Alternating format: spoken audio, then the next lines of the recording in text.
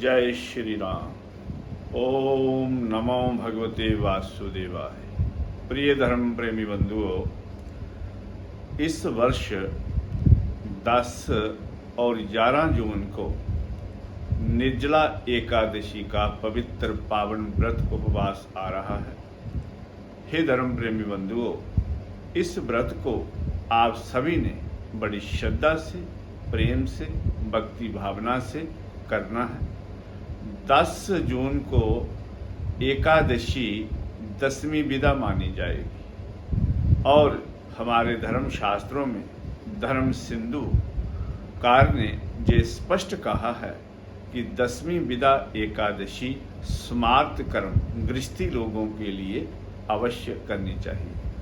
परंतु जो वैष्णव है, जिन्होंने किसी विशेष संप्रदाय द्वारा वैष्णव मंत्र का अनुष्ठान ले लिया है, दीक्षा ले ली है, गले में कंठी धारण कर ली है, उन्हें 11 तारीख को ये व्रत करना चाहिए। दसवीं विदा गृहस्थी लोग कर सकते हैं और जो वैष्णव लोग हैं उन्होंने सूर्योदय काल में ही इस व्रत को करना चाहिए।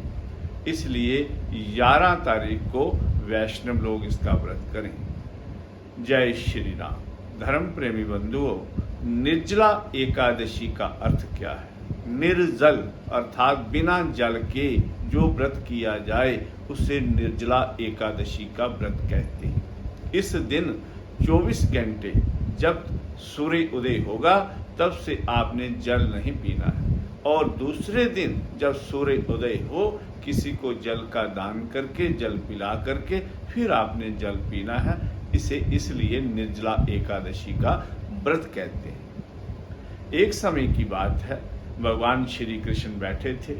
धर्मराज युधिष्ठिर और उनके भाई 5 भाई पांडव जो थे वो आ जाते हैं और भगवान श्री कृष्ण के चरणों में वंदना करके उनके आगे बैठ जाते हैं और कहते हैं, हे प्रभु, हमें कोई ऐसा व्रत विधान बताइए जिसके द्वारा सभी पुण्यों की प्राप्ति हो जाए, सभी पापों का नाश हो जाए और हमें सद्बुद्धि की प्राप्ति हो जाए।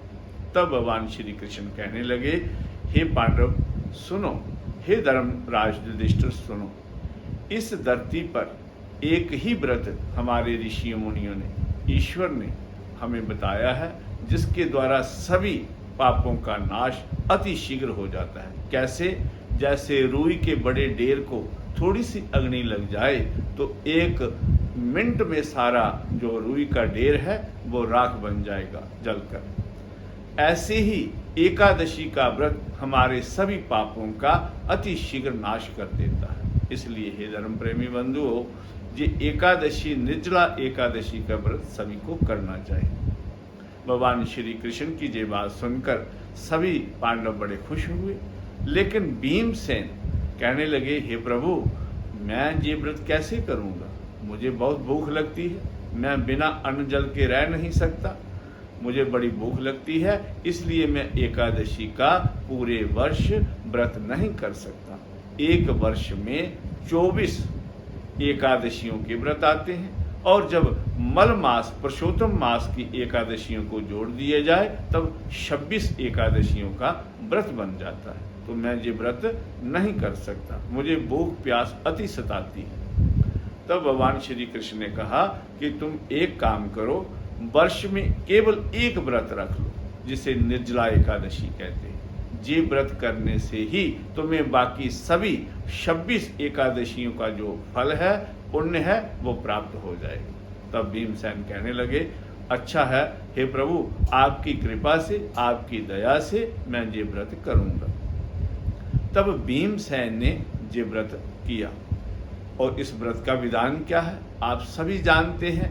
जो एकादशी का व्रत करते हैं, 10वीं तिथि के दिन 10 दोष का आपने पालन करना है, अर्थात 10 दोषों को त्याग देना है। 10 प्रकार की वस्तुओं का आपने त्याग कर देना है। कैसे? आपने कांस्य के पात्र में भोजन नहीं करना है 10वीं तिथि को, शहद नहीं खाना चाहिए, अभक्ष्य पदार्थ जितने आप सूतक वाली वस्तुएं, जैसे पालक को सूतक वाली चीज़ बोलते हैं, नहीं खानी चाहिए, मूली नहीं खानी चाहिए, गाजर नहीं खानी चाहिए, प्याज नहीं खाना चाहिए, लहसुन नहीं खाना चाहिए 10वीं तिथि के दिन। क्यों? कि इनके खाने से जैसा हम अन्न खाते हैं वैसा ही मन बनता है, इसलिए 10वीं तिथि को एक समय भोजन कीजिए। फिर एकादशी के दिन ब्रह्म मुहूर्त में 3 और 5 बजे के बीच जो समय होता है इसे ब्रह्म मुहूर्त कहते हैं। सुबह उठकर आपने गाय का गोबर अपने शरीर में लगाकर थोड़ा फिर स्नान करना चाहिए। इस दिन दातुन या ब्रश आपने नहीं करना है। जो दूध वाला कोई पौधा हो, जैसे फलदार पौधा, अमरूद के पत्ते नीचे गिरे हों, आम के पत्ते गिरे हों, कोई भी फलदार के पत्ते, उनसे अपने दांत साफ कर लेने चाहिए।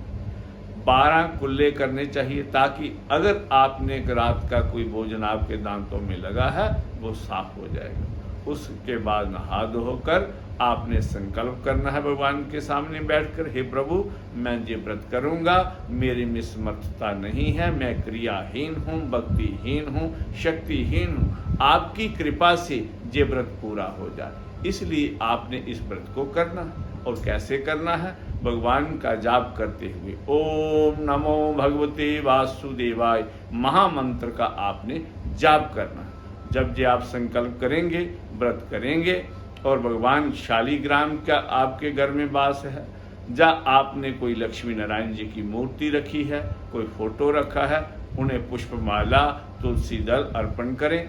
फिर एक कलश की स्थापना करें और उसमें गंगा जल इत्यादि जल भरकर शुद्ध जल, पवित्र जल, दुर्वा, हल्दी, उसमें आपने सुपारी, लौंग, इलायची और 1 रुपया भी आपने रखना है। फिर अपने घर में पूजा रूम में ही आपने इसे स्थापन करना चाहिए। जहां आप बैठे हैं अपने दाईं ओर, अपनी बाईं ओर उस कलश को स्थापन करना। आप चावल भी रख सकते हैं, गेहूं भी रख सकते हैं, बालू भी रख सकते हैं और इसमें जौ भी रख सकते हैं। उसके ऊपर जा सप्तधान्य बनाकर रख सकते हैं। उसके ऊपर आपने कलश स्थापना करनी है। फिर आपने उसके ऊपर आम के पत्ते, एक बर्तन में थोड़े पुष्प डालकर उसके ऊपर आपने मूर्ति की प्रतिष्ठा करनी है। फिर आप ओम नमो भगवते वासुदेवाय महामंत्र का जाप कीजिए। आपने व्रत ये है कि आपके कुछ खाने से व्रत नहीं भंग हो जाएगा। आपने कुछ अन्न खा लिया तो व्रत भंग हो जाएगा, वो तो होता ही है, परंतु झूठ बोलने से व्रत भंग हो जाता है, किसी की निंदा करने से व्रत भंग हो जाता है, क्रोध करने से व्रत भंग हो जाता है, किसी को बुरा भला कहने से व्रत भंग हो जाता है। 3 प्रकार से हम पाप कर देते हैं। हम वाणी से भी पाप कर देते हैं, हम मन से भी पाप कर्म करते हैं और शरीर द्वारा भी किसी को अगर कष्ट देते हैं तो ये भी पाप है। 3 प्रकार के पाप हमसे हो जाते हैं, इसलिए इनसे बचना चाहिए। और रात्रि को आपने जागरण करना चाहिए, भगवान का कीर्तन करना चाहिए। और कीर्तन हरे राम राम राम हरे हरे, हरे कृष्ण कृष्ण कृष्ण हरे हरे महामंत्र का कीर्तन कीजिए। और दूसरे दिन द्वादशी के दिन आप किसी को अन्न दान करके ही भोजन करिए, गाय माता को रोटी देकर ही भोजन करिए और कोई अतिथि घर में आ गया है उसको देकर ही भोजन कीजिए। ऐसे आपने इस व्रत का पालन करना है। अगर आप ऐसा व्रत करेंगे तो निर्जला एकादशी के व्रत का पुण्य फल भगवान की कृपा से इतना प्राप्त होगा कि हमें सद्बुद्धि की प्राप्ति होगी, अच्छे गुणों की प्राप्ति होगी और अंत समय भगवान की प्राप्ति भी होगी। जय श्री राम।